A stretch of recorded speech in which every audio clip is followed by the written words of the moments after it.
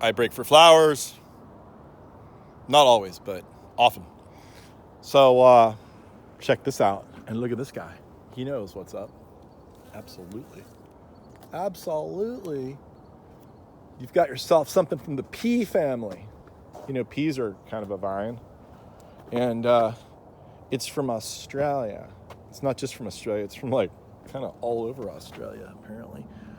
And this plant is called Hardenbergia violacea. Apparently hard means green, I guess, for the leaf. Bergia, I'm not sure about that.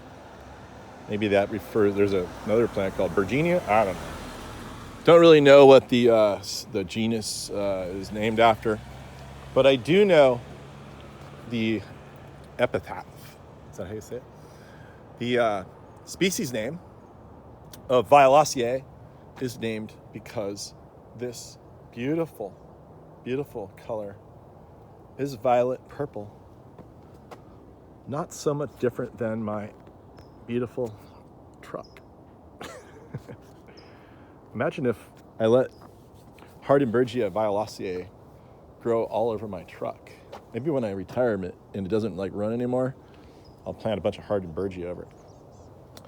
But yeah, this is a really beautiful plant. Now, I would probably want to call this plant Violacea Febrarium because it owns February. Look at this. It's a late winter, early spring blooming plant. And when it goes off, it goes off. It goes off so much that it causes people in huge, enormous trucks to pull over, block the road, and make videos. That's how much it goes off. So, as you can see, it's a vine. It looks like it's been sort of trained and trimmed a little bit here to make it nice and neat. This looks like a very manicured garden, unlike mine. Unlike my face. I'm busy. I've been busy lately. So anyway, you can see these two intermingling together. I'm sure this happens in habitat. You have acacia here. Looks like a regular black acacia. It's getting ready to bloom. I see the buds. It's gonna be bright yellow flowers. It's highly invasive. It's not a good plant to have. It's a good plant to like have vegetation where you can have no vegetation. But oh look, here's the flowers. Look at that.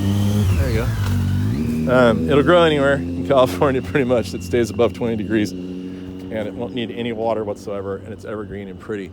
But you know, the native plants of California will say, please don't plant it. They've already taken over enough of our habitat. So, you know, but Hardenbergia doesn't seem to be as invasive, so it's a good plant for your garden. As with all vines, you know, they can get going and they can go all over the place.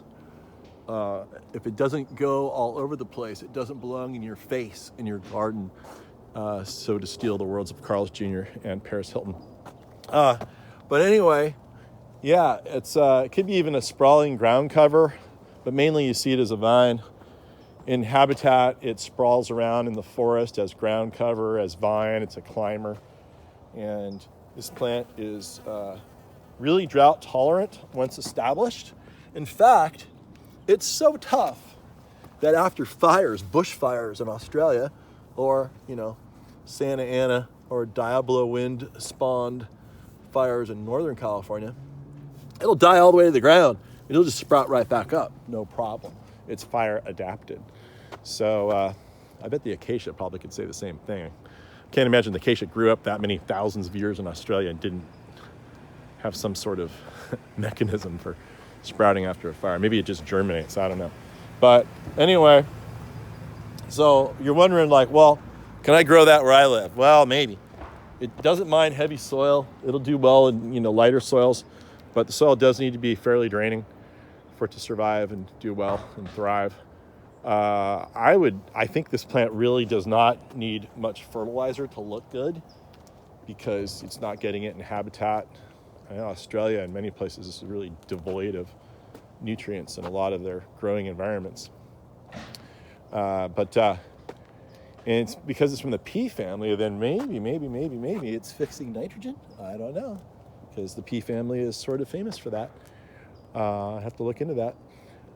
But can you grow it where you live? Well, you can grow it where you live as long as the temperatures stay above about magic temperature for this plant is about 23 degrees. And now it can get a little colder than that, and probably, a little damage, and it'll come back. And it would be interesting to throw a 15-degree freeze at this plant, because usually these plants that are fire adapted, that can sprout from the base, well, that means that a freeze is a lot like a fire. A freeze will come in and just kill everything on the top. And usually all this top material is like a blanket, even when it's dead. And it protects a little bit down here in the ground, really doesn't freeze typically.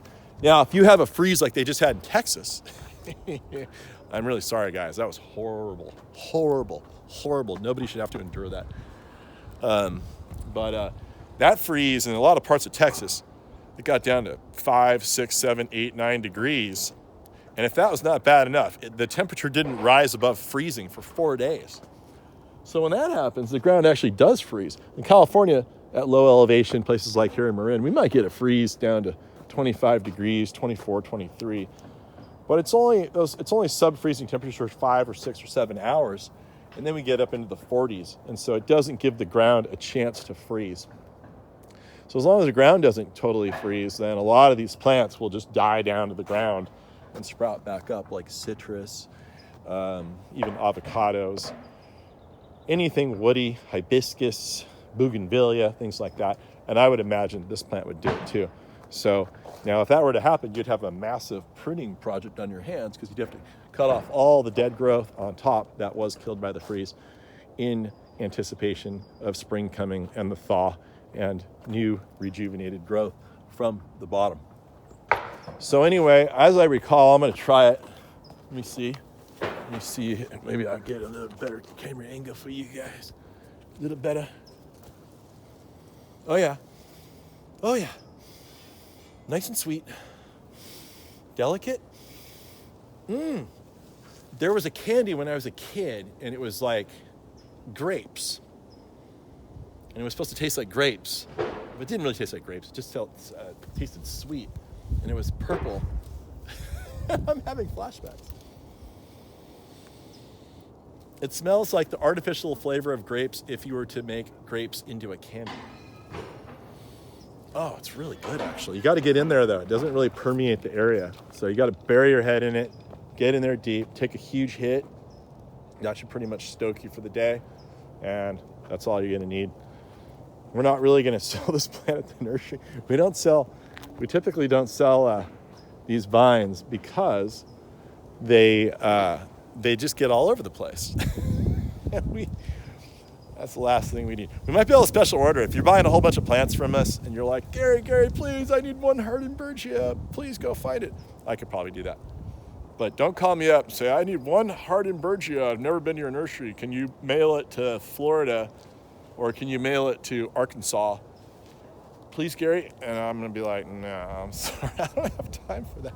I got to run this business, Plus, think about all the time I have to pull over and video plants. Like, who's going to do that if I don't? So that's important. But you can get this at just about any garden center. You don't need to come to Golden Gate Palms for this one. So anyway, that's it. Have a fun, super stoked day.